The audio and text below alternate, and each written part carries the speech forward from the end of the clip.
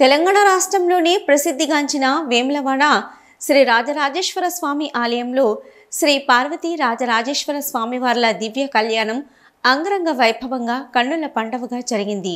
కళ్యాణోత్సవంలో భాగంగా శ్రీ రాజరాజేశ్వర స్వామి పార్వతీదేవి అమ్మవారిని Mela తాళాలతో chairman chamber ముందు ఏర్పాటు చేసిన ప్రత్యేక కళ్యాణ వేదిక వద్ద వరకు ఎదుర్కొన్నారు. వరుడు తరపున ఆయన, ఈవో వధువు తరపున అర్చకులు పెళ్లి పెద్దలుగా వ్యవహరించారు. వరకట్నంగా 551 కోట్లు చెల్లిస్తామన్నారు. కన్యాదాతలుగా అప్పల భీమశంకర్ శర్మ, ఇందిరలు వ్యవహరించారు. అంతకుముందు ధ్వజారోహణ కార్యక్రమం నిర్వహించారు. ఆలయ స్థానాచార్యులు అప్పల భీమశంకర్ శర్మ ఆధ్వర్యంలో అభిజిత్ లగ్న ముహూర్తంన ఉదయం 10:55 నుంచి 12:05 వరకు వేద మంత్రోచ్చరణతో శ్రీ స్వామివారి కళ్యాణం ఘనంగా జరిపించారు. మరోవైపు శ్రీ స్వామివారి కళ్యాణం జరుగుతుండగా శివపార్వతులు ఒకరిపై ఒకరు తలంబ్రాలు పోసుకొని శివుణ్ణి పెళ్లాడినట్లు స్మరించుకున్నారు. శ్రీ పార్వతీ రాజరాజేశ్వర స్వామివార్ల దివ్య కళ్యాణ మహోత్సవంకు శ్రీ రాజరాజేశ్వర స్వామి దేవస్థానం తరపున ఆలయ EO Krishnaprasad, municipal commissioner Anvesh, అధికారులు మున్సిపల్ ఆఫీస్ నుంచి మేళ తాళాల మధ్య ఆలయంకు చేరుకొని స్వామివార్ల కళ్యాణంకు పట్టు వస్త్రాలు సమర్పించారు. శ్రీ పార్వతీ రాజరాజేశ్వర స్వామివార్ల దివ్య కళ్యాణం తిలకించడానికి రాష్ట్రం నలుమూలల నుంచి వేలాదిగా భక్తులు, శివపార్వతులు తరలివచ్చారు. దీంతో రాజన్న ఆలయంతో పాటు ఆలయ పరిసరాలు భక్తులతో నిండిపోయింది. దాదాపు 2 గంటల పాటు జరిగిన కళ్యాణాన్ని భక్తులు ఆసక్తిగా తిలకించారు. ప్రధానంగా కళ్యాణం జరిగేటప్పుడు శివపార్వతులు చేతిలో త్రిశూలాన్ని కదిలిస్తూ ఒకరిపై ఒకరు తలంబ్రాలు పోసుకొని తమ భక్తి పారవస్యాన్ని చాటుకున్నారు. ఈ కళ్యాణోత్సవ కార్యక్రమంలో ప్రభుత్వ whip Adi Srinivas, municipal chairperson Ramatheerthapu Madhavi, vice chairman Bingi మహేష్తో పాటు కాంగ్రెస్ నాయకులు, కౌన్సిలర్లు, ఆలయ అధికారులు, భక్తులు పాల్గొన్నారు.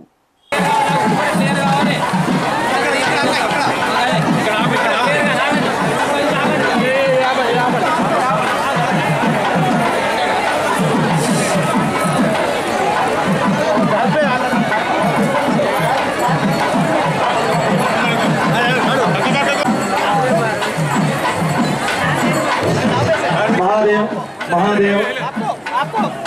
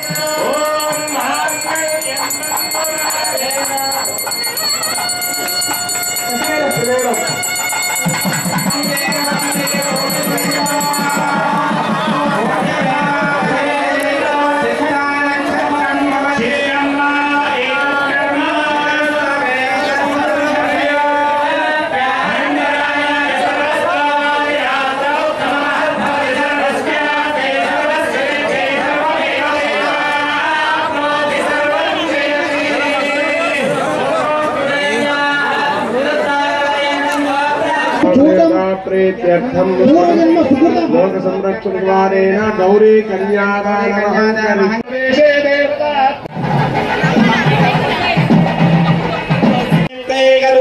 मूर्ति शिखंठ शिखन्याख्याष्टविद्येश्वराणाग्निमनुवर्णवायुकुबेरेशाना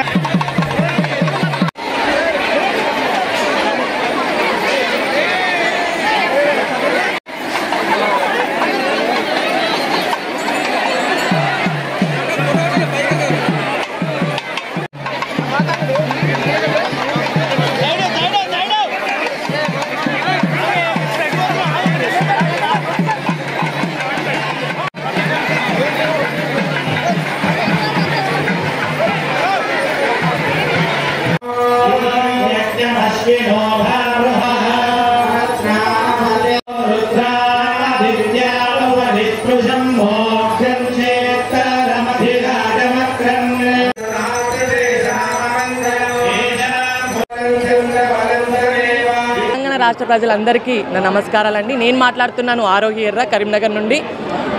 మీ అందరికీ తెలుసు, ప్రతి సంవత్సరం వేములవాడ రాజరాజేశ్వరి దేవస్థానంలో శివకళ్యాణం జరుగుతుంది. ఈ సంవత్సరం కూడా అలాగే జరిగిందండి. కానీ ఈ సంవత్సరం చాలా స్పెషల్గా జరిగింది.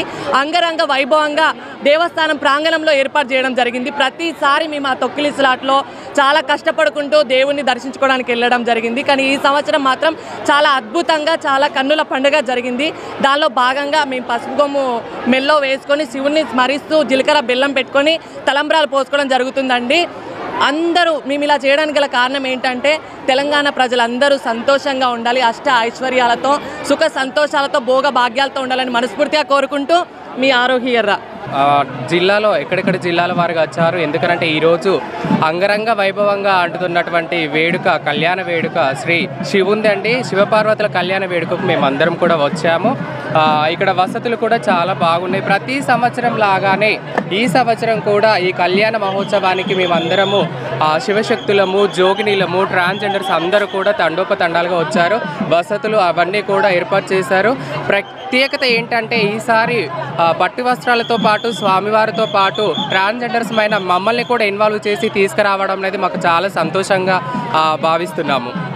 రాజన్న సిరిసిల్ల వేములవాడ రాజరాజేశ్వర స్వామి వారి కళ్యాణానికి ఈరోజు మేమందరం కూడా మా ట్రాన్స్జెండర్స్ మా శివశక్తులు అదేవిధంగా మా జోగిని అందరం కూడా రావడము నిజంగా మాకు చాలా సంతోషంగా అనిపించింది. అంటే ఒకప్పుడు శివ కళ్యాణం అంటే ఇక్కడ గుడి వరకు చేసేవారు. కానీ ఇప్పుడు ఈ శివ కళ్యాణం గురించి తెలంగాణలో ఈ శివ కళ్యాణం అంటే ప్రత్యేకత ఏంటి అసలు అంటే ఇక్కడ ఈ యొక్క శివుని యొక్క ప్రతి ఒక్కరు కూడా శివుణ్ణి పెళ్లి చేసుకుంటారు ఇక్కడ.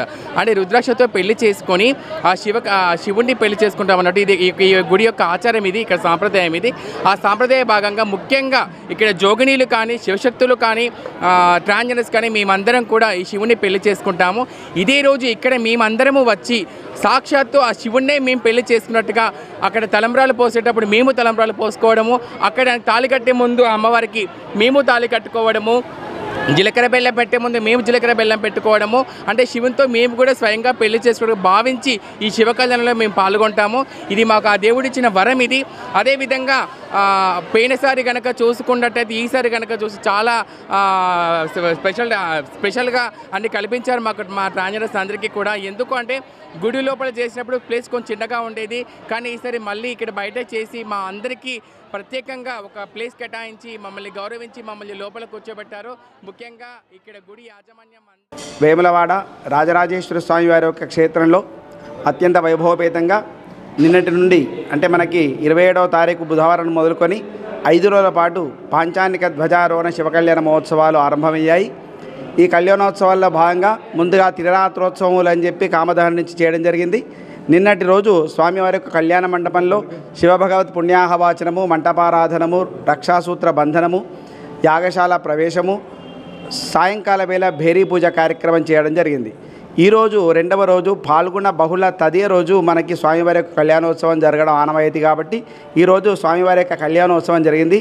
ఈ కళ్యాణోత్సవంలో భాగంగా ఉదయము ధ్వజారోహణము, ఆ ధ్వజ వివాహము, అలాగే ఎదుర్కోళ్ల కార్యక్రమం అనంతరము స్వామివారిని ఈ సంవత్సరం ప్రత్యేకంగా భక్తుల సౌకర్యార్థం లక్షలాది మంది భక్తులు ప్రతి సంవత్సరం కూడా రావడం ద్వారా అందరూ కూడా వీక్షించాలి స్వామివారిని కనులారా అనేటువంటి ఒక నెపంతో ప్రత్యేకంగా రామకళ్యాణం చేసేటువంటి వేదిక వద్ద ప్రత్యేకమైనటువంటి కళ్యాణ వేదికను నిర్మించి విశేషంగా స్వామివారి యొక్క కళ్యాణోత్సవం చేయడం జరిగింది.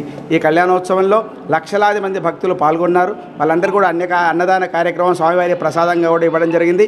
కాబట్టి ఈ కళ్యాణోత్సవంలో భాగంగా ఎవరైతే స్వామివారిని దర్శించారో, ఎవరైతే సేవించారో, ఎవరైతే స్వామివారి కళ్యాణోత్సవంలో పాల్గొన్నారో వాళ్ళందరికీ కూడా సమస్త కోరికలన్నీ కూడా నెరవేరి పునరావృతులైతే శాశ్వత శివసాయుధ్య స్థితి కలిగి సమస్త బాధలన్నీ కూడా తొలగిపోయి స్వామివారి యొక్క కృపా కటాక్షం లభిస్తుంది తప్పకుండా. ఈరోజు సాయంకాల వేళ బలిహరణము కార్యక్రమం ఉంటుంది. అలాగే రేపటి వేళ మనకి సదస్య కార్యక్రమం ఉంటుంది సాయంకాల వేళ. అలాగే ఎల్లుండి రథోత్సవ కార్యక్రమం ఉంటుంది. తర్వాత 31వ తారీఖు నాడు స్వామివారికి త్రిశూలయాత్ర, అవబృధ స్నానము, పూర్ణావతి కార్యక్రమము సాయంకాల వేళ 7 గంటలకు రాత్రి నుంచి రాత్రి 12 గంటల వరకు ఏకాదశ ఆవరణములతో సమస్తమైనటువంటి రాజా ఉపచారములన్నీ కూడా స్వామికి నిరపి ఏకాంత సేవతో ఈ యొక్క కళ్యాణోత్సవాలు ముగుస్తాయి. ఓం స్వస్తి.